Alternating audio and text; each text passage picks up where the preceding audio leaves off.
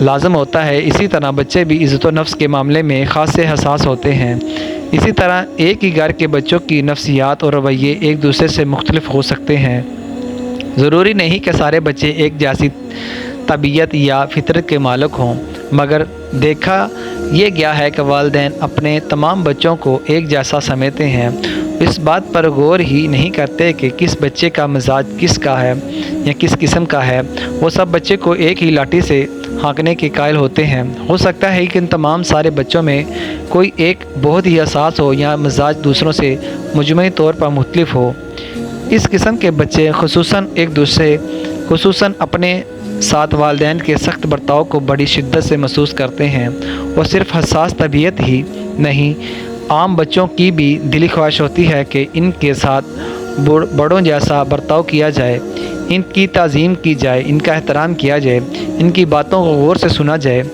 لیکن عموماً طور پر والدین کا رویہ زیادہ حوصلہ افزائی نہیں ہوتا۔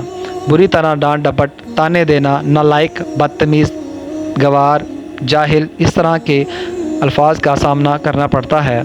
دراصل والدین کو اپنی جاگیر سمجھتے ہیں، انہیں لگتا ہے کہ انہیں اولاد کے ساتھ ہر طرح کے سلوک کی مکمل آزادی ہے، وہ جو چاہیں گے کر سکتے ہیں۔ کچھ عرصہ پہلے ہی تحقیقی رپورٹ پڑھنے کا موقع ملا جس میں بچوں سے والدین کی بدسلوکی کی، بد کلامی، بدرخی، لاپرواہی، ہمدردانہ رویے کے فقدان اور مار پیٹ کے حوالے سے مختلف سوالات کیے گئے تھے، تو زیادہ تر بچوں نے اپنے والدین کے سخت رویوں ہی کی شکایت کی تھی۔ والدین کا بے جال لاڈلا پیار ان کی شخصیت مسیح کرنے کا سبب بنتا ہے، لیکن آپ اپنے شخص بگاڑ کی وجہ سے وہ معاشرے کے لیے بھی خطرہ بن جاتے ہیں۔ البتہ ایسے گھرانے جہاں بچوں کے ساتھ اچھا برتاؤ کیا جاتا ہے، ان کی عزت و نفس کا خیال رکھا جاتا ہے، تو ان کی خود اعتمادی میں اضافہ ہوتا ہے، اور یہی بچے آگے جا کر معاشرے کا کارآمد فرد بنتے ہیں، دوسروں کی عزت کرتے ہیں اور اپنی عزت بھی کروانا جانتے ہیں۔ ایک ماہر نفسیات کا کہنا ہے کہ بچوں کی تربیت دو طرح سے ہو سکتی ہے، محبت اور شفقت سے، یا پھر غصے، رعب یا خوف سے۔ جو بچے اپنے والدین سے محبت اور احترام پاتے ہیں، وہ دوسروں کو بھی وہی لوٹاتے ہیں جو کہ ان کو ملتا ہے، لیکن والدین سے خوف زدہ رہنے والے بچے زندگی بھر مختلف نفسیاتی مسائل سے ہی دوچار رہتے ہیں اور دوسروں کے لیے بھی مسائل پیدا کرتے ہیں۔ حضور اکرم صلی اللہ علیہ وآلہ وسلم فرماتے ہیں کہ جب آپ کا بیٹا یا بیٹی 10 سال کے ہو جائیں تو ان کے بستروں کو الگ کر دو۔ حضرت محمد صلی اللہ علیہ وسلم کا یہ ارشاد بچوں کی تربیت اور پردے کے اہم اصولوں کی طرف اشارہ کرتا ہے۔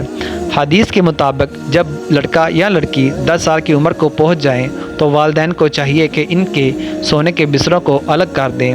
ان کی چند حکمتیں ہیں، یعنی 10 سال کی عمر سے ہی بچوں میں شرعی پردے اور حیا کا احساس پیدا کرنا چاہیے۔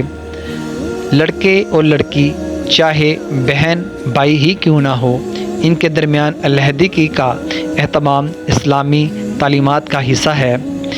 اس عمر میں بچوں میں شعور بیدار ہونے لگتا ہے، اس لیے انہیں ذہنی و اخلاقی لحاظ سے محرم اور نامحرم کے فرق سے آگاہ کرنا ضروری ہے۔ بستر الگ کرنے سے غیر ضروری کرتب اور ممکنہ اخلاقی مسائل سے بچا جا سکتا ہے۔ بچپن سے ہی ذاتی خلوت اور خود اعتمادی کی تربیت دی جانی چاہیے۔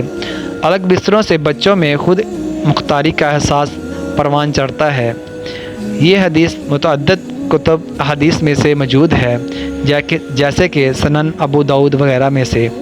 امام نووی رحمۃ اللہ نے المجموع میں لکھا ہے کہ یہ حکم احتیاط اور حسن تربیت کے پیش نظر ہے۔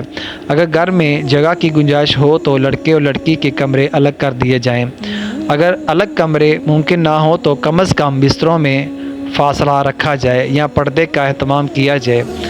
بچوں کو نرمی اور پیار سے سمجھایا جائے کہ یہ اللہ اور اس کے رسول کا حکم ہے۔ عبداللہ بن عمرو بن العاص رضی اللہ تعالیٰ عنہما کہتے ہیں کہ رسول اللہ صلی اللہ علیہ وسلم نے فرمایا، جب تمہاری اولاد 7 سال کی ہو جائے تو تم ان کو نماز پڑھنے کا حکم دو، اور جب وہ 10 سال کے ہو جائیں تو انہیں اس پر یعنی نماز پڑھنے پر مارو، اس کے سونے کے بستر الگ کر دو۔